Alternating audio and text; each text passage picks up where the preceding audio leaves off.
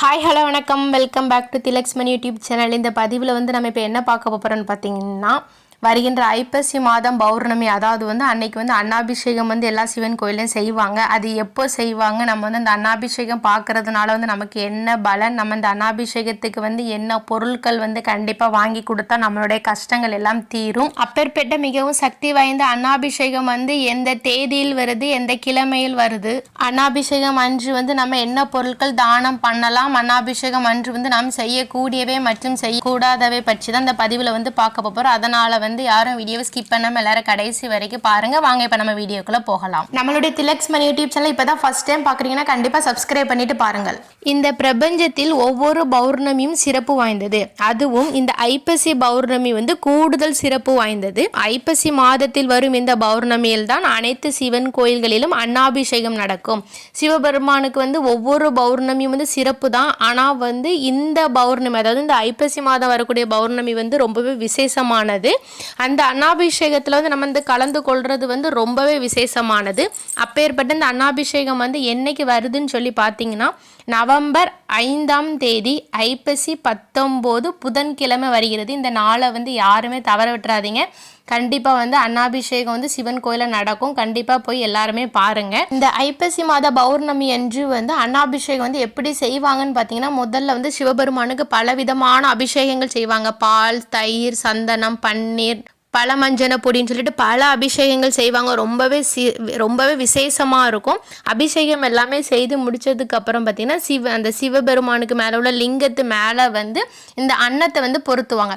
எப்படி செய்வாங்கன்னு பார்த்தீங்கன்னா, கண்டிப்பாக இந்த அன்னாபிஷேகம் பச்சரிசியில் செஞ்ச சாதத்தில் தான் செய்வாங்க.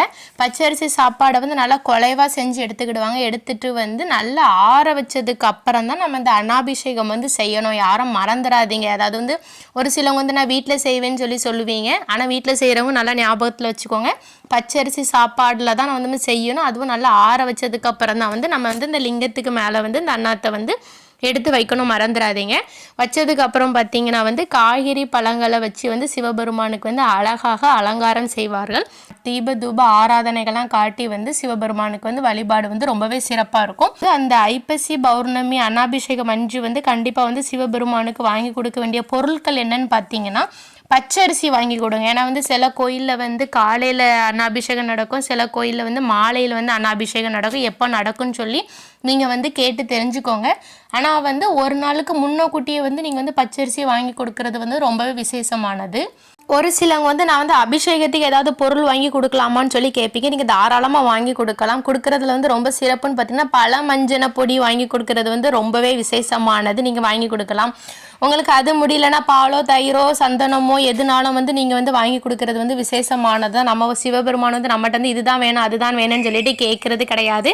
நம்ம வாங்கி கொடுக்கறது எதுனாலுமே சிவபெருமான் ஏற்றுக்கிடுவார். அதனால உங்களுக்கு எது விருப்பமோ அது நீங்கள் வாங்கி கொடுங்க. ரொம்பவே நல்லது தான். இந்த அன்னாபிஷேகத்தை நம்ம நேரில் பார்க்கறதுனால நமக்கு என்ன பலன் கிடைக்கும்னா, நம்ம கோடி கோடி கோடி சிவபெருமானை தரிசனம் பண்ணுறதுக்கு உண்டான பலன் நமக்கு கிடைக்கும். எப்படி சொல்கிறேன்னு பார்க்குறீங்களா? நம்ம சிவபெருமானுக்கு அன்னாபிஷேகம் செய்யும் போது ஒவ்வொரு அன்னத்திலும் ஒவ்வொரு சிவபெருமான் இருப்பாங்களாம். அப்போ பார்த்துக்கணும். அப்போ அந்த சிவலிங்கத்துக்கு மேலே அப்போ எவ்வளோ நம்ம அன்னத்தை வச்சு நம்ம அலங்காரம் செஞ்சு வச்சுருப்போம். அப்போ அதில் கோடி கோடி கோடி சிவபெருமானை தரிசனம் பண்ணுறதுக்கு உண்டான வாய்ப்பு இந்த அன்னாபிஷேகம் போது நமக்கு கிடைக்குது. அதனால் கண்டிப்பாக இந்த வாய்ப்பை யாருமே தவற விட்டுறாதீங்க. கண்டிப்பாக பயன்படுத்தி கொள்ளுங்கள். நீங்கள் சிவன் கோயிலுக்கு செல்லும் போது வில்வ இலை வாங்கி கொண்டு கொடுத்தாலுமே ரொம்பவே விசேஷமானது சிவபெருமானுக்கு. அதனால் அன்னாபிஷேகம் அன்று எல்லாரும் சிவபெருமான் ஆலயத்திற்கு சென்று அன்னாபிஷேகத்தை பாருங்கள். நம்ம இப்படி பார்க்கறதுனால நம்ம குடும்பத்தில் உள்ள அனைத்து விதமான கஷ்டங்கள் நீங்கி மன நிம்மதியான வாழ்க்கையை நம்மளை தேடி வரும்னு சொல்கிறாங்க. இவ்வாறாக தான் அனைத்து சிவ ஆலயங்களிலும் அன்னாபிஷேகம் நடக்கும். ஓகே ஃப்ரெண்ட்ஸ், இந்த வீடியோ உங்கள் எல்லாத்துக்கும் பிடிச்சிருக்கும்னு நினைக்கிறேன். கண்டிப்பாக உங்கள் ஃப்ரெண்ட்ஸ் அண்ட் ஃபேமிலிக்கு ஷேர் பண்ணுங்கள், சப்ஸ்கிரைப் பண்ணுங்கள். தேங்க்யூ ஃபார் யுவர் வாட்சிங். ஈசனின் அருளினால் உங்கள் வாழ்க்கையில் மிகப்பெரிய அளவில் நன்மைகள் கிடைக்கும். இனி அடுத்து இதே மாதிரி ஒரு நல்ல பதிவில் சந்திக்கலாம். நன்றி, வணக்கம்.